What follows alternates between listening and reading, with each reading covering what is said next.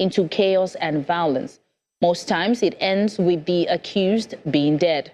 No trial, no chance to defend themselves, hearts racing with adrenaline, and the accused slowly realizing their fate.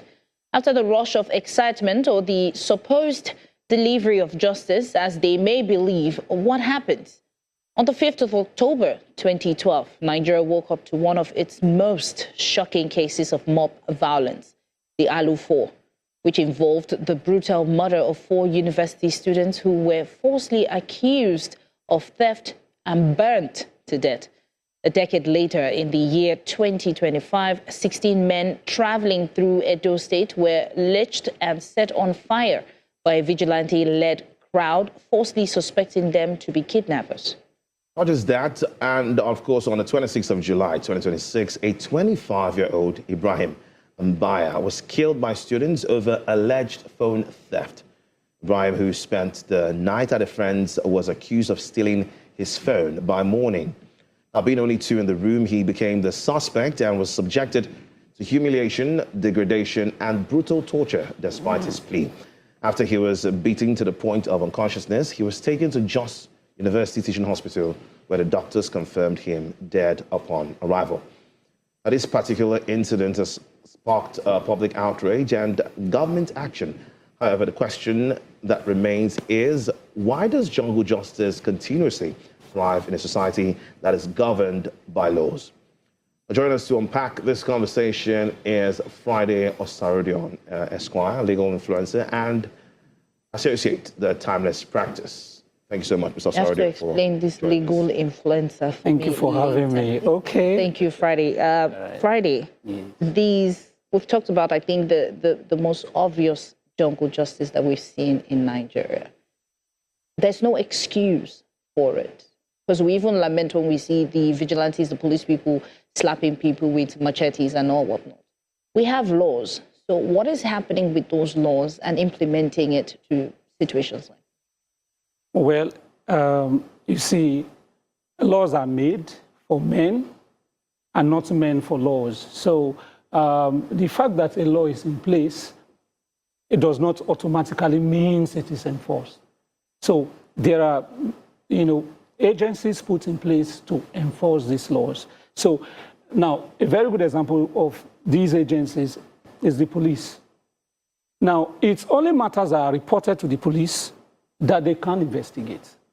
And then the people who are within the scene where these things happen, this responsibility is on them to report these matters to the police. And once these matters are reported, then these matters can be followed through.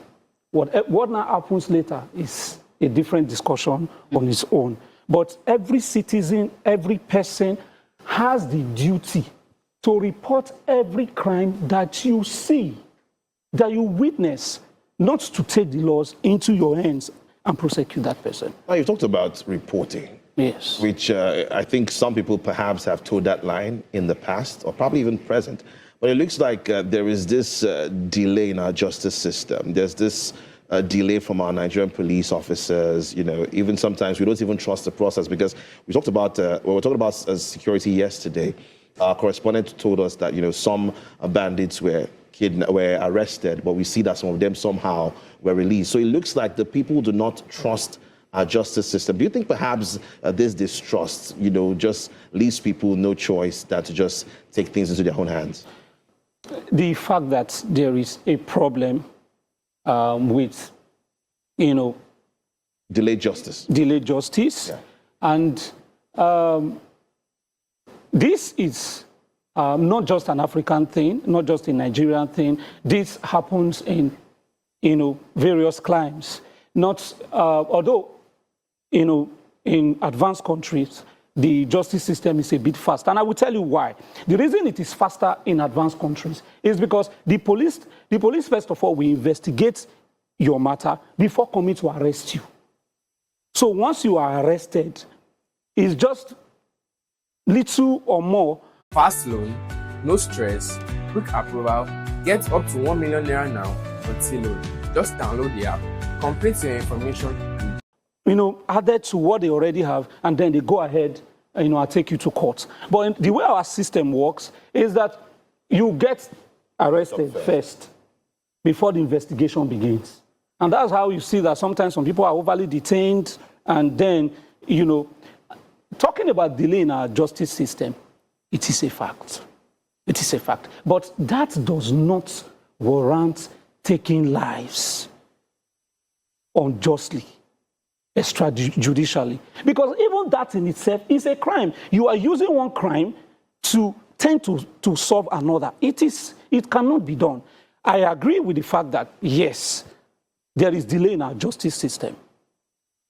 It takes time and all that, but eventually it gets saved, although we know it's not all that gets saved at the end of the day. There's a lot that happens in criminal justice system. You have to come from the police, you go to courts where the prosecution, we have to now prove beyond reasonable doubt. This particular burden of proof on the prosecution is universal. It's global. You have to prove beyond reasonable doubt. And if there are not sufficient proofs, there are no sufficient proofs to nail the criminal or the suspect in this situation, the person goes home free. Look at the case of O.J. Simpson in America. O.J., if the judge told O.J. Simpson that, I personally believe that you committed this crime. He killed his wife. I personally believe that you committed this crime. He said, but I do not have enough evidence to convict you. That was how O.J. Simpson went home free. They sued him on civil grounds, and they won. Because the burden of proof in a criminal matter and that of the civil matter are not the same. In civil matters, the burden is on the balance of probability, whichever is higher. Even if it's on a scale of 100, there is 51-49. The one with 51 wins. But in criminal matters, the evidence must be overwhelmingly clear. They must be overwhelming. So there is delay, yes. It happens even in other crimes. And then, even with that delay, sufficient evidence must be given. It doesn't justify killing someone because you are even breaching the person's rights. You are violating the person's rights. Section 33 of the 1999 Constitution as amended guarantees our rights to life as citizens of the Federal Republic of Nigeria. So what now gives you the right to take another person's life? Because you say the justice system is slow. What now gives you the right to take the life of another? That in itself is a crime. You are violating another person's right. We are complaining that, yes, the police and other forces are brutalizing us. We too are now brutalizing ourselves. You cannot justify that. So Friday, in situations like this, because it is troubling, like you just said, if we're brutalizing ourselves, then what was left? Now, when we find ourselves in such situation, who bears legal responsibility? Is it the individual? Is it the community, security agencies that failed to intervene, or everybody who was witness? Because at this point, of course, the only way we saw that was because somebody was videoing. Yes. Okay. Now, before I delve directly into your question, let's settle things out. Please. The fact that you are looking, the fact that as we're sitting here, your 1,000 naira, is missing. You are looking for it. And then you searched me and found 1,000 naira in my pocket. Doesn't mean that it is the money that you are looking for. What if before I walked in here, I had 1,000 naira in my pocket? What if? But the way, this jungle justice thing happens, immediately the money is found. Thief, thief, thief, thief. And the person gets beaten. Just like that. And eventually, killed. So, the way it works, everybody must first of all understand. There must be an awareness. Because the majority of the reasons people do these things, there are a lot of reasons. There are a lot of factors that, give room for this jungle justice thing.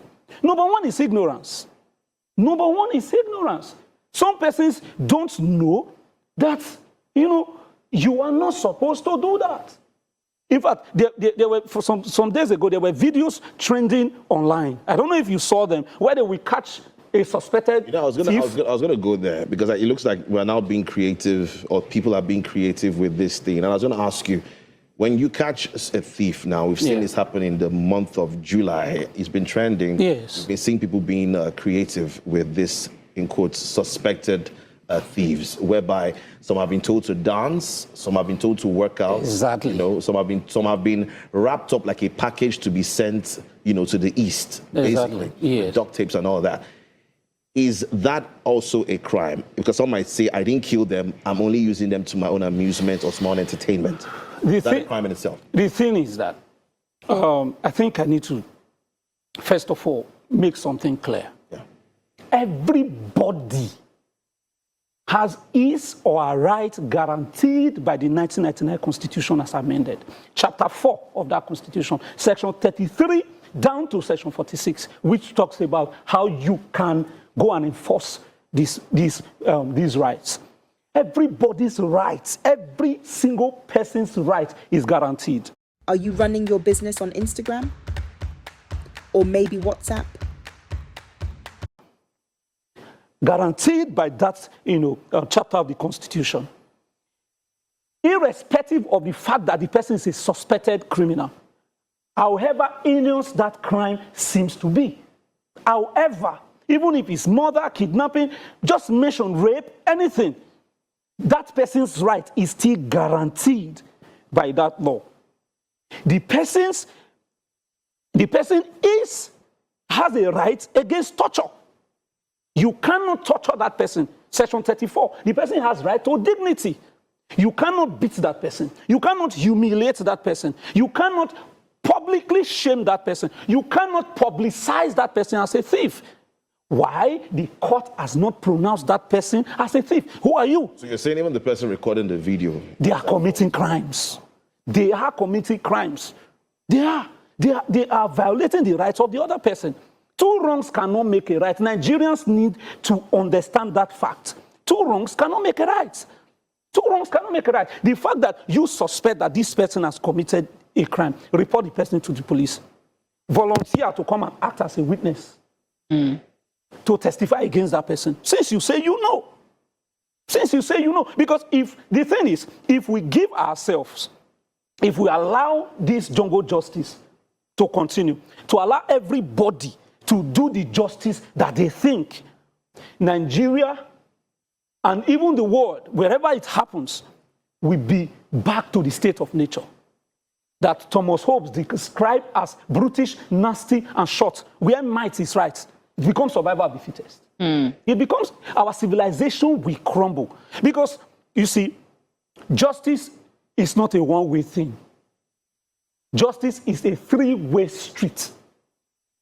That's the pronouncement of Justice Oputa in the case of Josiah and the states. He said justice is a three-way street. In that